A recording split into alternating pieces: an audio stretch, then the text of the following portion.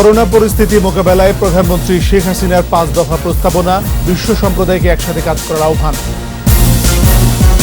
লকডাউনের মধ্যে গাজীপুরে প্রবাসীর স্ত্রী ও 3 সন্তানকে গলা কেটে খুন। সাধারণ ছুটিতে খোলা থাকবে 18 মন্ত্রণালয় ও বিভাগ, বিধি মেনে চালু করা যাবে কলকারখানা। করোনায় আক্রান্তের সংখ্যা 4000 ছাড়ালো, আরও 7 মৃত্যু, নিয়োগ দেয়া হবে 2000 ডাক্তার। কর্মহারাদের ঘরে ত্রাণ পৌঁছে দিতে ওবায়দুল কাদেরের আহ্বান, চাল চুরির দায়ে 7 ইউপি চেয়ারম্যান বরখাস্ত।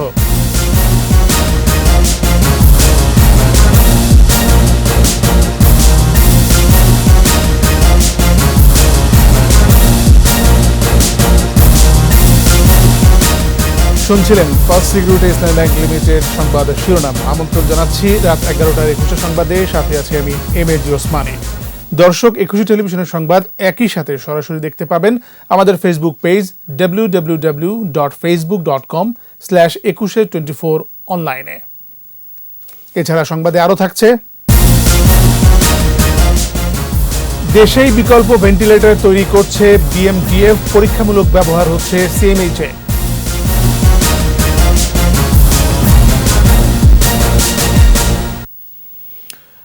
করোনা পরিস্থিতি মোকাবেলায় বিশ্ব নেতাদের কাছে 5 দফা প্রস্তাবনা দিয়েছেন প্রধানমন্ত্রী শেখ হাসিনা। সমন্বিত দায়িত্বশীলতা এবং অংশীদারিত্বমূলক মনোভাবের উপর গুরুত্ব দেন তিনি। বলেন, সবাইকে একসঙ্গে সংকটের মোকাবেলা করতে হবে। দক্ষিণ এশিয়ার অর্থনীতিতে কোভিড-19 প্রাদুর্ভাব মোকাবেলায় আঞ্চলিক সহযোগিতা নিয়ে বিশ্ব অর্থনৈতিক ফোরামের ভার্চুয়াল সম্মেলনে প্রধানমন্ত্রী বলেন, বিশ্ব এরই মধ্যে জলবায়ু পরিবর্তনের সঙ্গে লড়াই করছে। এখন করোনা ভাইরাস মানবজাতির অস্তিত্বকে চ্যালেঞ্জ করছে। বিশ্বায়নের এই সময়ে একটি দেশকে আলাদা রাখা সম্ভব নয় উল্লেখ করে শেখ হাসিনা বলেন, বিশ্ব এখন সংকটময় পরিস্থিতি অতিক্রম করছে। এই মহামারী কতদিন থাকবে তা অজানা। এরই মধ্যে অর্থনীতি ক্ষতিগ্রস্ত হয়েছে। ব্যবসা বাণিজ্য ও সমাজের স্বাভাবিক অবস্থায় ফিরিয়ে আনতে হবে।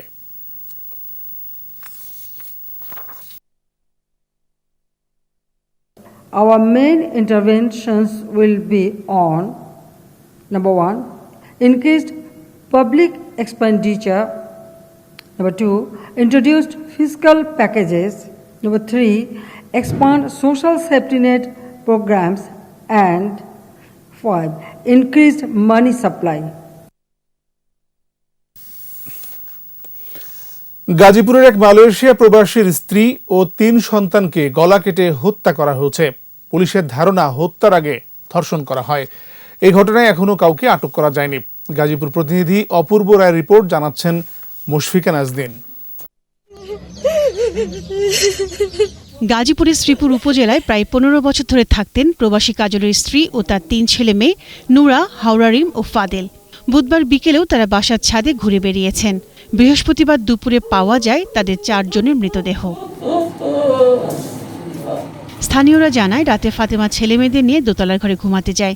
পরদিন তারা কেউ ঘর থেকে বের না হওয়ায় স্বজনরা মই বেয়ে দোতলায় উঠে ঘরের মেঝেতে রক্ত দেখতে পেয়ে থানায় জানায়। বাচ্চারা তো বোবা, কথা বুঝে না, চিল্লাচিল্লি বেশি করে।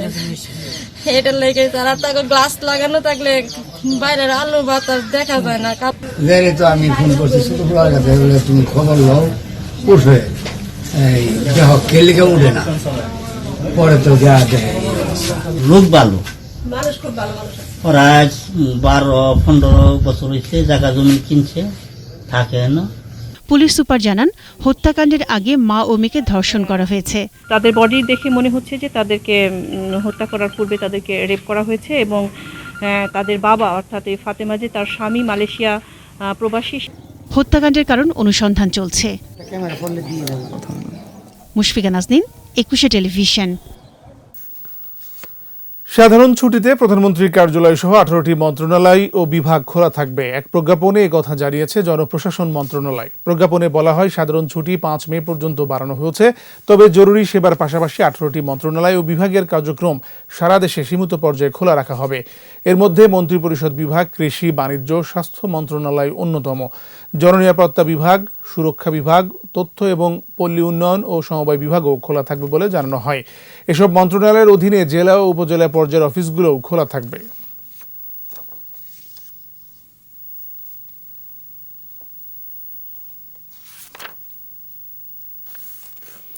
জরুরি প্রয়োজনে আপিল বিভাগের চেম্বার জজ ও হাইকোর্টের একটি বেঞ্চ খোলা রাখার সিদ্ধান্ত নিয়েছে সুপ্রিম কোর্ট। আপিল বিভাগের বিচারপতিদের সাথে প্রধান বিচারপতি সৈয়দ মাহমুদ হোসেনের বৈঠকের পর এই সিদ্ধান্ত নেওয়া হয়। বৈঠকে উভয় কোর্টের একটি বেঞ্চ অতীব জরুরি বিষয়গুলো নিষ্পত্তি করবেন বলে সিদ্ধান্ত হয়। এছাড়া আপিল বিভাগের বিচারপতি মোহাম্মদ নুরুজ্জামান ও হাইকোর্ট বিভাগের বিচারপতি ওবায়দুর হাসান অতীব জরুরি বিষয়সমূহ শুনানির জন্য আদালত পরিচালনা করবেন। আদালত পরিচালনার সময় কঠোরভাবে সামাজিক দূরত্ব নিশ্চিতের নির্দেশনা দেয়া হয়েছে।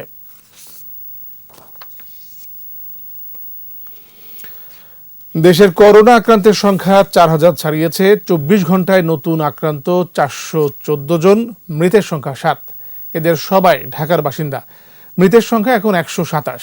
নতুন ১৬ জন সহ সুস্থ হয়েছেন ১০৮ জন। স্বাস্থ্য অধিদপ্তরের নিয়মিত বুলেটিনে এই তথ্য জানান স্বাস্থ্যমন্ত্রী জাহিদ মালেক। ভিআইপিদের কোনো হাসপাতাল তৈরি হচ্ছে না বলেও নিশ্চিত করেন তিনি। বলেন, নতুন করে ২,০০০ ডাক্তার ও ৬,০০০ নার্স নিয়োগ দেওয়া হবে। বিস্তারিত স্মৃতি মণ্ডলের রিপোর্টে। স্বাস্থ্য অধিদপ্তরের নিয়মিত বুলেটিনে জানানো হয়, গত ২৪ ঘন্টায় ৩,৪১৬ জনের নমুনা পরীক্ষায় ৪১৪ জনের দেহে কোভিড-১৯-এর উপস্থিতি পাওয়া গেছে। এ নিয়ে আক্রান্তের সংখ্যা এখন ৪,১৮৬। মারা গেছেন ৭ জন। এদের ৫ জন পুরুষ ও ২ জন নারী, সকলেই ঢাকার বাসিন্দা। এদিকে নতুন ১৬ জন সহ সুস্থ হয়েছেন ১০৮ জন।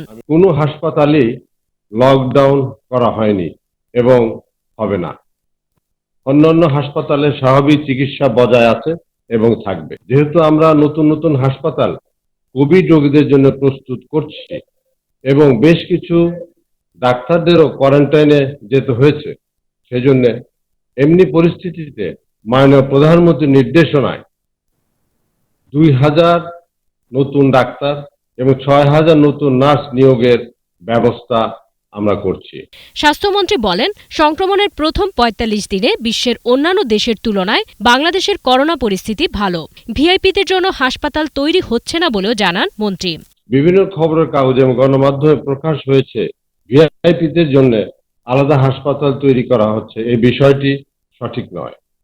সরকার এরকম কোনো ধরনের ব্যবস্থা করে নাই। আমি আরো আহ্বান করব, কেউ কর্তৃপক্ষের অনুমতি ছাড়া কোনো ধরনের বিবৃতি দেবেন না।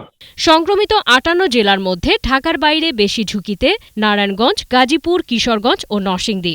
রাজধানীতে রাজারবাগ ও মোহাম্মদপুর ছাড়াও ১০টি ঝুঁকিপূর্ণ স্থানের কথা জানানো হয় সংবাদ সম্মেলনে। রাজারবাগ, মোহাম্মদপুর, লালবাগ, যাত্রাবাড়ি, বংশাল, চকবাজার, মিটফোর্ট, উত্তরা, তেজগাঁ এবং নোয়াখালী।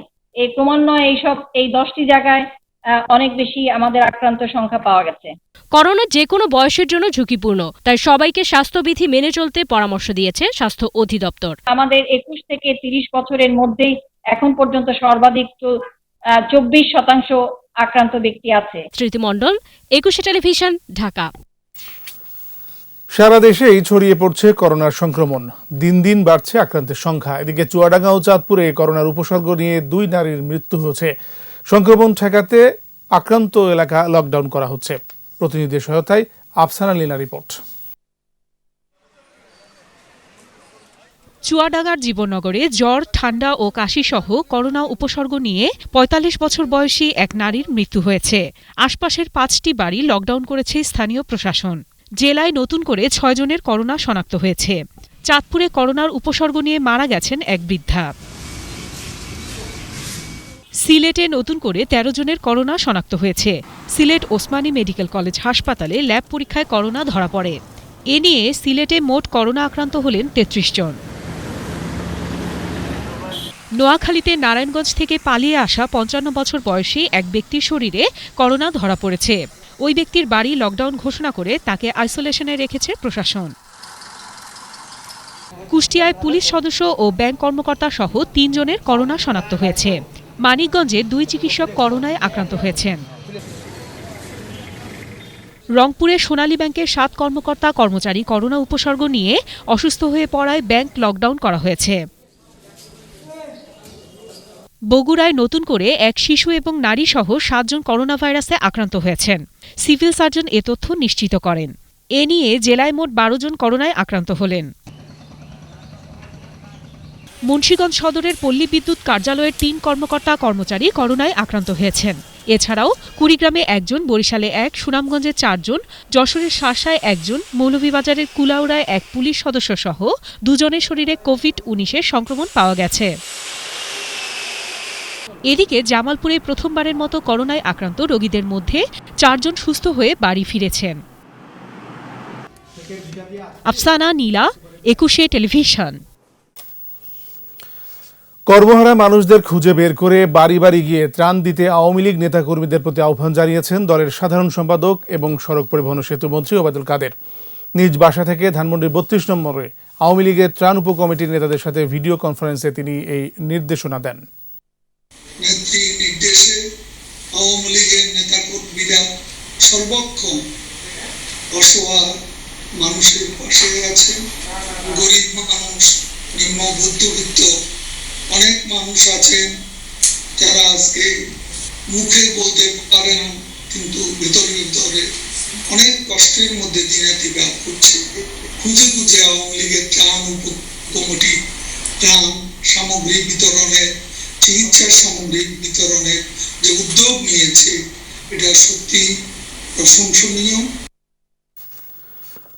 করোনার কারণে কর্মহীন মানুষের সরকারি ত্রাণ আত্মসাৎ করার অভিযোগে আরও 7 ইউপি চেয়ারম্যান ও 3 সদস্যকে সাময়িক বরখাস্ত করেছে স্থানীয় সরকার, পল্লী উন্নয়ন ও সমবায় মন্ত্রণালয়। স্থানীয় সরকার বিভাগের প্রজ্ঞাপনে বলা হয়, রাজবাড়ীর পাংশা উপজেলার যশাই ইউনিয়নের চেয়ারম্যান সিদ্দিকুর রহমান মণ্ডল, নড়াইলের কালিয়া উপজেলার পেরলি ইউপি চেয়ারম্যান জারজিদ মোল্লা সহ 7 চেয়ারম্যান ও 3 ইউপি সদস্যকে সাময়িক বরখাস্ত করা হয়েছে। এই নিয়ে ত্রাণ চুরির অভিযোগে মোট 35 জন স্থানীয় সরকার প্রতিনিধিকে বরখাস্ত করল মন্ত্রণালয়। এদের মধ্যে 15 জন ইউপি চেয়ারম্যান, 19 জন ইউপি সদস্য ও 1 জন জেলা পরিষদ সদস্য।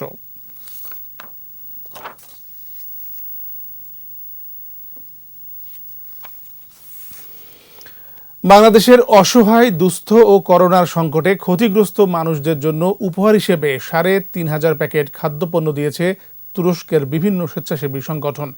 এসব সামগ্রী ঢাকা উত্তর সিটির মেয়র আতিকুল ইসলামের হাতে হস্তান্তর করেন তুরস্কের রাষ্ট্রদূত মোস্তফা ওসমান তুরান। এছাড়া করোনার কারণে কর্মহীন, অসহায়, দরিদ্রদের ত্রাণ দিয়েছে বিভিন্ন রাজনৈতিক ও সামাজিক সংগঠন। মাহমুদ হাসানের রিপোর্ট। বিশ্ব মহামারী করোনায় বাংলাদেশও সংকটকাল পার করছে। সে সময়ে খাদ্য সামগ্রী উপহার দিয়ে পাশে দাঁড়িয়েছে তুরস্ক। বনানী বিদ্যানিকেতন স্কুল প্রাঙ্গণে আনুষ্ঠানিকভাবে এসব খাদ্য সামগ্রীর প্যাকেট উত্তরের মেয়রের হাতে তুলে দেন তুরস্কের রাষ্ট্রদূত। মেয়রের নেতৃত্বাধীন সংগঠন সবাই মিলে সবার ঢাকার মাধ্যমে এসব ত্রাণ সামগ্রী অসহায়দের পাশাপাশি শারীরিক প্রতিবন্ধীদের মধ্যে বিতরণ করা হয়। জুরাইন এলাকার কয়েকশো পরিবারের মধ্যে দক্ষিণ সিটি কর্পোরেশনের মেয়রের পক্ষে ত্রাণ বিতরণ করেন স্থানীয় কাউন্সিলর। হিন্দু, মুসলমান যারা আছে সর্বস্তরের মানুষকে আমরা এই ত্রাণটা দিচ্ছি। এদিকে উত্তরা 7 নম্বর সেক্টরে স্থানীয় জনপ্রতিনিধি কয়েক হাজার পরিবারের মধ্যে ত্রাণ সামগ্রী বিতরণ করেন। বাড়িতে বাড়িতে ঘরে ঘরে যে এই খাদ্য সামগ্রী পৌঁছে দিচ্ছে। আর মিরপুরের 60 ফুট সড়কে যুবলীগের উদ্যোগে 150 পরিবারের হাতে তুলে দেওয়া হয় মৌসুমী সবজি। আমরা কোনো নির্দিষ্ট এলাকার জন্য না, দূর থেকেও আমাদের যে টাইম মতো আসবে আমরা তাদেরকে দেব। তাছাড়া ব্যক্তি উদ্যোগে রাতে বিভিন্ন এলাকায় বাসায় বাসায় ত্রাণ দিচ্ছে কয়েকটি সংগঠন। মাহমুদ হাসান, 21 টেলিভিশন, ঢাকা। বিশ্বব্যাপী ভেন্টিলেটরের অভাবে মুমূর্ষু কোভিড-19 অনেক রোগীকে বাঁচানো যায়নি। বাংলাদেশেও আছে ভেন্টিলেটর সংকট। এই অবস্থায় সুখবর দিচ্ছে Bangladesh machine tools factory, BMTF। সেনাপ্রধান জেনারেল আজিজ আহমেদের তত্ত্বাবধানে প্রতিষ্ঠানটি তৈরি করছে অল্টারনেটিভ ভেন্টিলেটর। সপ্তাহে তৈরি করা যাবে 1000 ভেন্টিলেটর। উদ্ভাবিত ভেন্টিলেটরের পরীক্ষামূলক ব্যবহার হয়েছে CMH-এ। দীপু সারোয়ারের রিপোর্ট। বিশ্ব মহামারী করোনায় নাজুক বিশ্ব স্বাস্থ্য ব্যবস্থা। প্রতিদিনই বাড়ছে আক্রান্তের সংখ্যা, দীর্ঘ হচ্ছে মৃত্যুর মিছিল। কোভিড-19 মুমূর্ষু রোগীর জন্য যখন ভেন্টিলেটর জরুরি, তখন উন্নত দেশগুলোও সংকটে। বাংলাদেশেও ভেন্টিলেটর সুবিধা অপ্রতুল। প্রতিদিনই বাড়ছে কোভিড-19 রোগীর সংখ্যা। রোগী বাড়লে লাগবে ভেন্টিলেটর। এই যখন অবস্থা, তখন চাহিদা পূরণ করতে এগিয়ে এসেছে Bangladesh machine tools factory, BMTF। সেনাবাহিনী প্রধান জেনারেল আজিজ আহমেদের নির্দেশনায় বিএমটিএফের ব্যবস্থাপনা পরিচালক মেজর জেনারেল সুলতানুজ্জামান মোহাম্মদ সালেউদ্দিনের পর্যবেক্ষণে যুক্তরাষ্ট্রের এমআইটির কনসেপ্টে টাইগার আইটির সহযোগিতায় বিএমটিএফ এই ভেন্টিলেটর তৈরি করছে বলে জানিয়েছে আন্তঃবাহিনী জনসংযোগ পরিদপ্তর। জরুরি মুহূর্তে কোভিডের ভেন্টিলেশনের জন্য ইউজ করছিলাম, তার বলেছিলাম যে একটা কম্প্রেসার মেশিন আমরা বানাবো। বিএমটিএফ সেই কাজটা করে দিয়েছে। আমরা মেশিনটাকে এখন লাইভ পেশেন্টের উপরে টেস্ট করছি। সে কিন্তু নন কোভিড পেশেন্ট। আমরা এটা কেমন ফাংশন করছে আমরা সেটা দেখছি। অলমোস্ট 1 ঘন্টা হয়ে গেছে আমরা রোগীকে ভেন্টিলেটরে রেখেছি। প্যারামিটার্স এবং ব্লাড গ্যাস এবং অন্যান্য প্যারামিটার্সগুলি স্টেবল আছে এবং ভালোই ফাংশন করছে। প্রতিষ্ঠানটি জানিয়েছে তাদের উদ্ভাবিত অল্টারনেটিভ ভেন্টিলেটর কয়েকজন রোগীর উপর প্রয়োগ করা হয়েছে। এ পরীক্ষায় সফলভাবে উতরেও গেছে বিকল্প এ ভেন্টিলেটর। এখন বাণিজ্যিক উৎপাদনের জন্যও প্রস্তুত বিএমটিএফ। মাননীয় সেনাবাহিনী প্রধানের পৃষ্ঠপোষকতায় এবং তার সার্বিক দিক নির্দেশনায় বিএমটিএফকে আর্টিফিশিয়াল ভেন্টিলেটর তৈরির দায়িত্ব প্রদান করা হয়। সেই অনুযায়ী ইঞ্জিনিয়ারদের সহায়তায় বিএমটিএফ 2 সপ্তাহের মধ্যে একটা আর্টিফিশিয়াল ভেন্টিলেটর প্রস্তুত করতে সক্ষম হয়। যে ভেন্টিলেটরটি পরবর্তীতে ঢাকা সিএমএইচে এনে ঢাকা সিএমএইচের ক্রিটিক্যাল কেয়ার ইউনিটে 2 জন মেকানিক্যাল ভেন্টিলেটর থাকা রোগীর উপরে প্রয়োগ করা হয় এবং এর সফলতা প্রমাণিত হয়। কোভিড-19 রোগীদের জন্য কনভেনশনাল ভেন্টিলেটরের জায়গায় বিকল্প ভেন্টিলেটর হিসেবে এটি কাজ করবে বলে জানিয়েছে বিএমটিএফ কর্তৃপক্ষ। দীপু সারোয়ার, 21 টেলিভিশন, ঢাকা। অর্থনীতিতে করোনার থাবায় এবার প্রাক বাজেট আলোচনা হয়নি, তবে অনলাইনে বাজেট প্রস্তাব দেওয়ার সুযোগ পেয়েছে ব্যবসায়ী সংগঠন ও গবেষণা প্রতিষ্ঠানগুলো। অর্থনীতিবিদ ও ব্যবসায়ীরা বলছেন, করোনার কঠিন সময়টিতে সীমিত সম্পদের সর্বোচ্চ ব্যবহার নিশ্চিত করা জরুরি। সুস্পষ্ট কৌশলের পাশাপাশি ব্যবসা, কর্মসংস্থান ও আয়বান্ধব বাজেটের প্রত্যাশা তাদের। আরও জানাচ্ছেন মেহেদী হাসান। জাতীয় বাজেটকে কেন্দ্র করে প্রতিবছর মার্চ-এপ্রিলে ব্যস্ততার সীমা থাকে না জাতীয় রাজস্ব বোর্ড ও পরিকল্পনা কমিশনের। প্রায় প্রতিদিনই থাকে প্রাক বাজেট আলোচনা। এবারও একই রকম আয়োজন ছিল, কিন্তু অর্থনীতি বিনাশী করোনা ভাইরাস বাগড়া দিয়েছে সে আয়োজনে। অনেকেই অবশ্য অনলাইনে নিজেদের প্রস্তাব ও সুপারিশ দাখিল করেছেন। জুনে আসছে নতুন বাজেট। পরিস্থিতি উত্তরণে আগামী বাজেটে শুল্ক ও কর ব্যবস্থায় সাময়িক সুবিধা দেওয়ার প্রস্তাব এফবিসিসিআই এর। কনসেশন, ডিসকাউন্ট অথবা মরিটোরিয়াম কোনোটাই কিন্তু আমরা মৌকুব চাচ্ছি না। আমরা বলছি যে ঘুরে দাঁড়ানোর জন্য যে ব্রিদিং স্পেসটা দরকার সেটা আমাদের বাজেটারি সাপোর্টের মধ্যে আমাদের প্রত্যাশা থাকবে যে গভর্নমেন্ট নিবে। বেসরকারি গবেষণা প্রতিষ্ঠান সিপিডি বলছে, এবারের বাজেটে অপ্রচলিত কিছু কৌশল নেয়ার প্রয়োজন পড়বে। পাশাপাশি বাস্তবভিত্তিক সব লক্ষ্যমাত্রা নির্ধারণেরও পরামর্শ সংস্থাটির। ব্যাপকভাবে সামাজিক নিরাপত্তা কর্মসূচি বাস্তবায়ন, যে বিভিন্ন প্যাকেজ সরকার ঘোষণা করেছেন সেগুলোর বাস্তবায়ন এবং নতুনভাবে অর্থনীতি পুনর্গঠন করবার জন্য কিছু ভিন্নমুখী কৌশল গ্রহণ। এই দৃষ্টিভঙ্গি থেকে প্রথমেই যেদিকে আমাদের কাছে মনে হয় যে রাজস্ব আদায়ের লক্ষ্যমাত্রাটি খুবই বাস্তবানুগ হওয়া প্রয়োজন। এছাড়া করোনায় ক্ষতিগ্রস্ত অর্থনীতি পুনর্গঠনে কৃষি, ক্ষুদ্র ব্যবসায়ী ও দেশীয় শিল্পকে ঘোষিত প্যাকেজের বাইরেও রাজস্ব সুবিধা দেওয়ার প্রস্তাব সিপিডির। ব্যক্তিশ্রেণীর করমুক্ত আয়ের সীমা বৃদ্ধিরও পরামর্শ তাদের। আগামী অর্থ বছরে বহিস্থ খাত, বিশেষ করে রপ্তানি এবং রেমিটেন্সের ক্ষেত্রে কতটুকু সুযোগ তৈরি করা যাবে সেটি নিয়ে কিন্তু কিছুটা আশঙ্কা রয়েছে। হয়তো সীমিত পরিসরে রেমিটেন্স বা রপ্তানি প্রবৃদ্ধি বছরের শেষ দিকে গিয়ে পাওয়া যেতে পারে। সেদিক থেকে অভ্যন্তরীণ বাজারমুখী শিল্প এবং কৃষি খাতকে গুরুত্ব দিয়ে আমাদের কৌশল ঠিক করা দরকার। সুনির্দিষ্ট লক্ষ্য নির্ধারণ করা গেলে করোনায় অর্থনীতির উপর যে অভিঘাত তা মোকাবেলা করা সম্ভব হবে বলেই মনে করছেন ব্যবসায়ী ও অর্থনীতিবিদরা। মেহেদী হাসান, 21 টেলিভিশন, ঢাকা। নিচে বিরতি। ঘরে থাকুন, সুস্থ থাকুন, নিরাপদে থাকুন। যখন ফিরছি তখন অন্যান্য খবরের সঙ্গে আরও থাকবে। পর্যাপ্ত মজুদ রয়েছে, রমজানে খাদ্যপণ্যের সংকট হবে না বললেন শিল্পমন্ত্রী। অনিয়ম হলে কঠোর ব্যবস্থার হুঁশিয়ারি।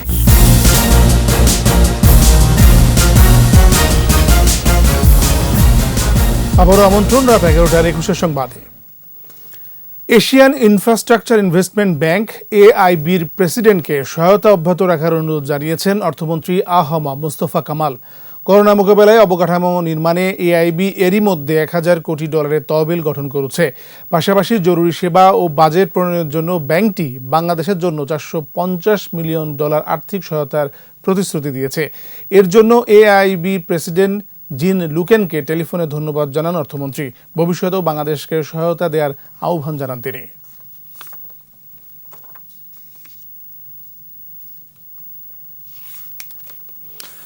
করোনা ভাইরাস মোকাবেলায় সরকার ঘোষিত লকডাউনের তোয়াক্কা করছেন না মানুষ। দরকার ছাড়াই ঘরের বাইরে বের হচ্ছেন তারা। এরই মধ্যে সামাজিক দূরত্ব নিশ্চিতে রাজধানীতে চলছে সশস্ত্র বাহিনীর কার্যক্রম, আর মাঠে সক্রিয় রয়েছে আইনশৃঙ্খলা বাহিনী, রক্ষাকারী বাহিনীর সদস্যরা। আরো জানাচ্ছেন দীপু শিকদার।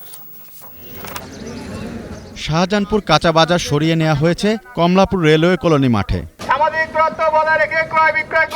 বাজার সরিয়ে আনায় কোনো সমস্যা হচ্ছে না বলে জানিয়েছে ক্রেতা বিক্রেতারা। কাঁচা বাজার, মাছ বাজার, ডিম বাজার চলে আসাতে মার্কেটের চাপটা কমে আসছে। সিস্টেম ভালো করছে, যারা বিক্রি করে তাদের বিক্রি কেন সেলও এখানে বেশি হইতো। এরকম ফাঁকা থাকলে আরো ভালো।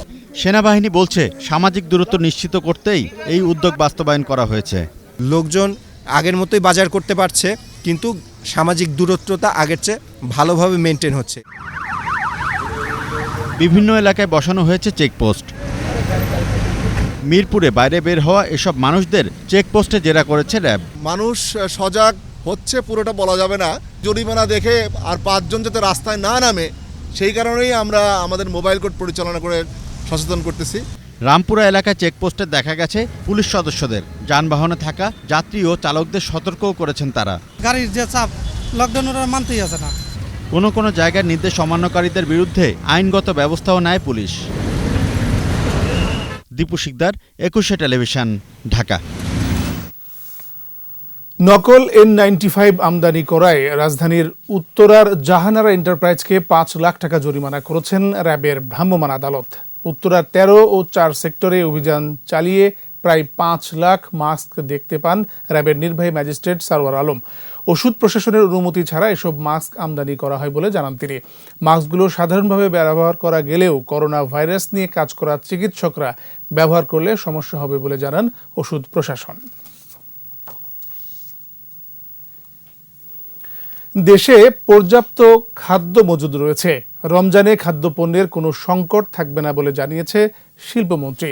এছাড়া পণ্য সরবরাহ ঠিক রাখতে জোরদার করা হচ্ছে টিসিবির কার্যক্রম। সারা দেশে বাড়ানো হচ্ছে পণ্য সরবরাহকারী ট্রাক। আর ট্রাক সেলে ডিলারদের অনিয়ম দুর্নীতির অভিযোগ পাওয়া গেলে তদন্ত করে কঠোর ব্যবস্থা নেওয়া হবে বলে জানিয়েছে টিসিবি চেয়ারম্যান। বিস্তারিত সাইদুল ইসলামের রিপোর্টে।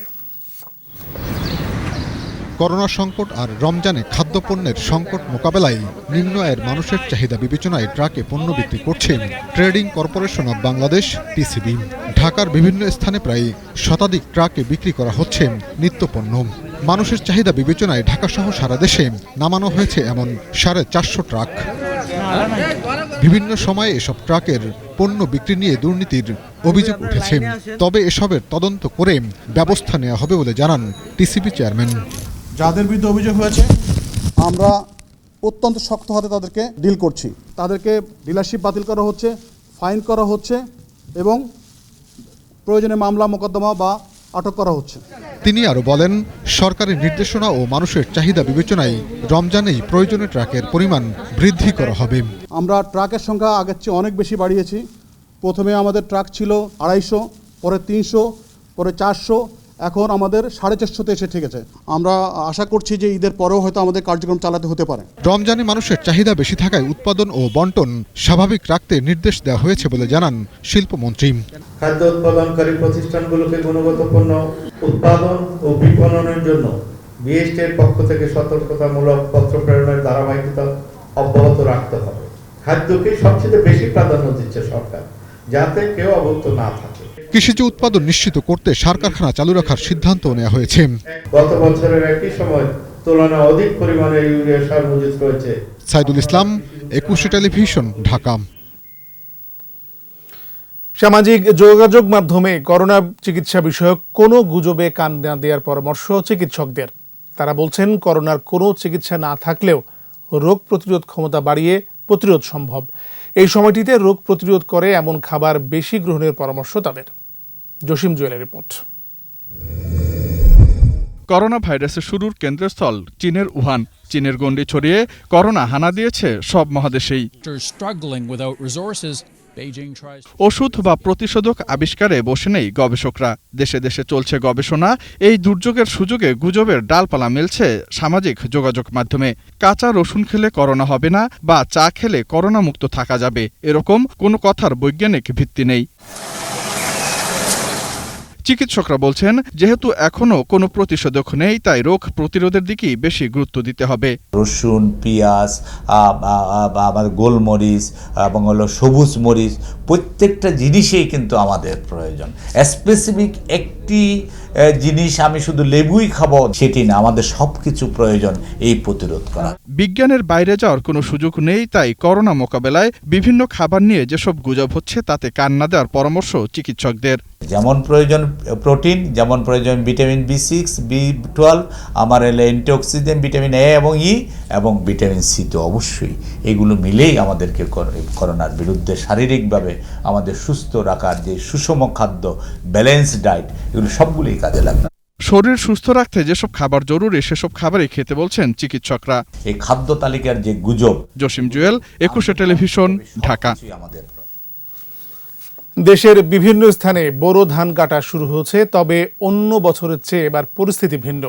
করোনার কারণে কৃষি শ্রমিকের সংকট থাকায় বৃহত্তর সিলেটের হাওর অঞ্চলে কৃষকের পাশে দাঁড়িয়েছে আওয়ামী যুবলীগ। এছাড়া দেশের বিভিন্ন এলাকায় ধান কেটে কৃষকের বাড়িতে পৌঁছে দিচ্ছে ছাত্রলীগের নেতাকর্মীরা। বিস্তারিত জানাচ্ছেন দীপু সারওয়ার। দেশে বোরো ধানের একটা বিশাল অংশের যোগান দেয় সুনামগঞ্জের হাওর অঞ্চল। এই জেলায় এবার 20 লাখ মেট্রিক টন বোরো ধান উৎপাদন হয়েছে, যা দেশের মোট উৎপাদনের 11%। করোনা পরিস্থিতিতে সারা দেশের মতোই সুনামগঞ্জেও আছে কৃষি শ্রমিকের সংকট। এ অবস্থায় আওয়ামী যুবলীগের নেতাকর্মীরা কৃষকের ধান কাটায় সহযোগিতায় এগিয়ে এসেছে। সুনামগঞ্জের মতো সিলেটের অন্যান্য হাওর এলাকাতেও কৃষি শ্রমিকের সংকট চলছে। পাহাড়ি ঢল আর আগাম বৃষ্টির কারণে বোরো ফসল এপ্রিল মাসের মধ্যে ঘরে তুলতে না পারলে বড় ক্ষতি হওয়ার আশঙ্কা। এ বিষয়টিকে মাথায় রেখেই যুবলীগ নেতাকর্মীরা কৃষকের পাশে দাঁড়িয়েছে। যেহেতু সামনে একটি খারাপ সময় আসছে আমাদের জন্য, সারা বিশ্বে হয়তো অনেক মানুষ অনাহারে মারা যাবে, সেই কারণে আমাদের এই ফসলকে যদি আমরা রক্ষা করতে না পারি তাহলে আমাদের দেশেও সেই রকম একটি অবস্থা হবে। যুবলীগের মতো ছাত্রলীগের নেতাকর্মীরাও দেশের বিভিন্ন স্থানে ধান কেটে দিচ্ছে কৃষককে।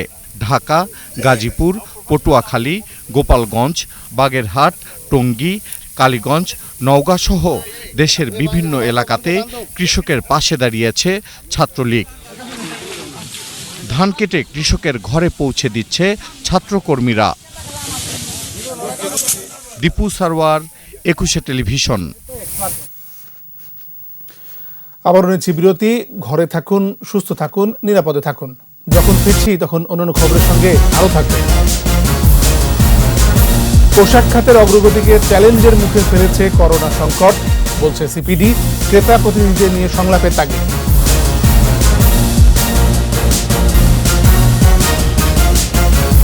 আমন্ত্রণ আবারও রাত 11টার 21 সংবাদে। রানা প্লাজা ট্র্যাজেডির পর তৈরি পোশাক খাতে অনেক অগ্রগতি ছিল। সেসব অর্জনকে চ্যালেঞ্জের মুখে ফেলেছে করোনা সংকট। এমন পরিস্থিতিতে মালিক, শ্রমিক, সরকার ও বিদেশি ক্রেতাদের প্রতিনিধি নিয়ে সংলাপের তাগিদ দিয়েছে বেসরকারি গবেষণা প্রতিষ্ঠান সিপিডি। এদিকে মালিক পক্ষ এখনও এককভাবে অনেক সিদ্ধান্ত নিচ্ছে বলে অভিযোগ করেছেন শ্রমিক ক্রেতারা। মেহেদী হাসানের আরও একটি রিপোর্ট। 24 এপ্রিল 2013 সাভারের রানা প্লাজা ধসে প্রাণ হারায় 1175 শ্রমিক। সেই ঘটনার পর এ পর্যন্ত তৈরি পোশাক খাতের কতটা উন্নতি হয়েছে তা নিয়েই সিপিডির এই ভার্চুয়াল সংলাপ। ব্যাপক গবেষণা আলোচনা জুড়েই ঘুরে ফিরে আসে চলমান করোনা সংকট। সিপিডি বলছে, গেল 7 বছরে কর্মপরিবেশ, শ্রম অধিকার সহ বিভিন্ন ক্ষেত্রে উল্লেখযোগ্য অগ্রগতি হয়েছে। করোনা সংকটে এখন অনেক কিছুই বদলে যাচ্ছে। এই অনিশ্চয়তার কারণে কিন্তু তারা ভয় আছে, লে অফের বা ফায়ার হয়ে যাওয়ার ভয় আছে। সেই জায়গাগুলোর অনিশ্চয়তা দূর করা কিন্তু উদ্যোক্তাদের, ব্র্যান্ড বায়ারদের, সরকারের দিক থেকে দেখা দরকার। বিজিএমইএ বলছে চলমান সংকট মোকাবেলায় কিছু ভুল বোঝাবুঝি হয়েছে, তবে সংকটের মাঝেও শ্রমিকদের কল্যাণ নিশ্চিত করার চেষ্টা করবেন তারা। আমরা খুবই দুঃখিত যে 4 তারিখে যে দুর্ঘটনাটা ঘটেছে, দুর্ঘটনা বলবো কিংবা অব্যবস্থাপনা ঘটেছে, এবং আগামীতে যে পরিমাণ হবে আমাদেরকে ওই দিকটা একটু দৃষ্টিপাত করতে হবে। মজুরি অবশ্যই নিশ্চয়ই আমরা আন্তরিকভাবে সহযোগিতা করতে চাচ্ছি শ্রমিকদেরকে। মালিক পক্ষের বিরুদ্ধে উপেক্ষার অভিযোগ এনেছেন শ্রমিক নেতারা। লে-অফটা ঘোষণা 23 তারিখে বিজিএমই থেকে নোটিশটা সার্কুলার করলো, এইটা করার আগেও তো একটু শ্রমিক প্রতিনিধি বা শ্রমিকদের সাথে কথা বলা যায়। তো সিপিডি বলছে করোনা সংকট দীর্ঘায়িত হলে অনেক কারখানাই হয়তো আর চলবে না। এমন সংকট মোকাবেলায় সামাজিক সংলাপের বিকল্প নেই। আমাদের অর্ডার যদি ক্যান্সেল হয়, আমরা যদি লকডাউনে থাকে, ফ্যাক্টরি যদি বন্ধ রাখতে হয়, তাহলে তো আমরা সেটা হয়তো চালাতে পারবো না। এবং ডায়ালগ প্রসেসটা যাতে থাকে, সেটা যদি থাকে, অনেক ধরনের এই ভুল বুঝাবুঝির কারণে অনেক সময় বিভিন্ন ধরনের সমস্যা হয়, সেই সমস্যাগুলিও আমরা নিরসন করতে পারবো। করোনা সংকট মোকাবেলার পাশাপাশি কার্যাদেশ ধরে রাখার বিষয়ে সতর্ক থাকার আহ্বান জানান আলোচকরা। মেহেদি হাসান, 21 টেলিভিশন, ঢাকা। এবার আমাদের সাপ্তাহিক আয়োজন সোশ্যাল ইসলামী ব্যাংক লিমিটেডের সৌজন্যে কৃষি।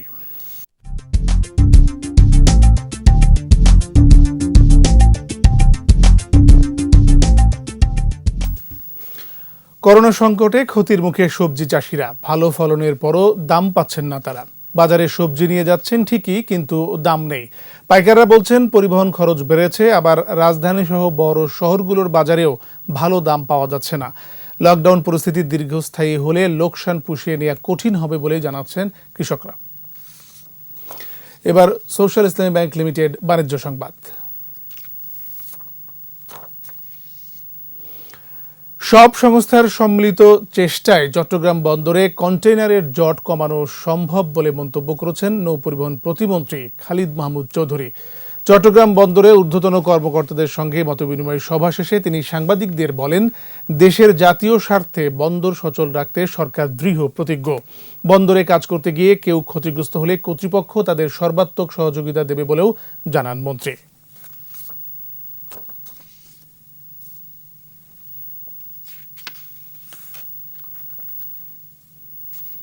আরও একবার নিচ্ছি বিরতি। ঘরে থাকুন, সুস্থ থাকুন, নিরাপদে থাকুন। যখন ফিরছি তখন অন্যান্য খবরের সঙ্গে আরও থাকবে। 2 শতাধিক দেশে করোনায় আক্রান্ত 26 লাখ ছাড়িয়েছে, মৃত্যু 1,85,000।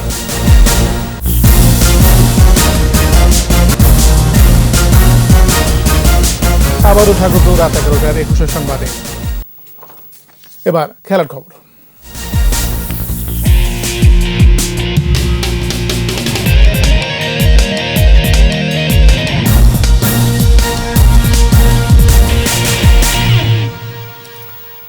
আইসিসির নির্বাহী কমিটির সদস্যদের টেলিকনফারেন্সে করোনা পরিস্থিতি ও ক্রিকেটের সমসাময়িক বিভিন্ন বিষয়ে আলোচনা হচ্ছে বলে জানিয়েছেন বিসিবির প্রধান নির্বাহী নিজামুদ্দিন চৌধুরী সুজন।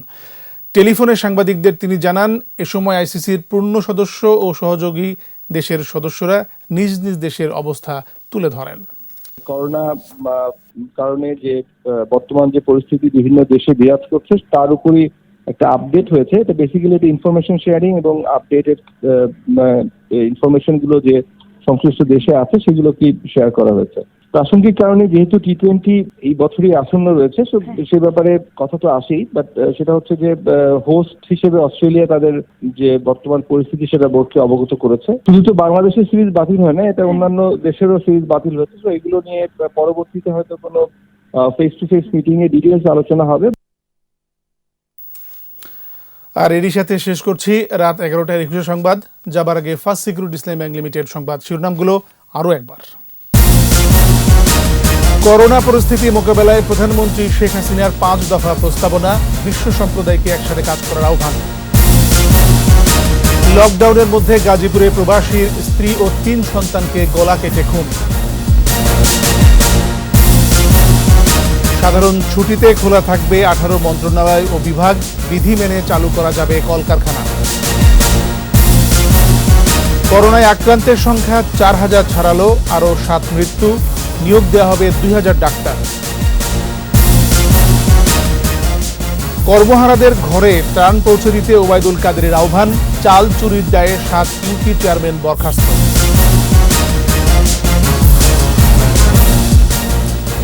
সর্বশেষ খবর জানতে ডায়াল করুন 202 নম্বরে আর ভিজিট করুন equity.com ওয়েবসাইটে। এছাড়া ফেসবুকে ভিজিট করতে পারেন facebook.com/2124 অনলাইন। এরপরের সংবাদ রাত 1টায় দেখার আমন্ত্রণ রইল। ঘরে থাকুন, সুস্থ থাকুন, নিরাপদে থাকুন।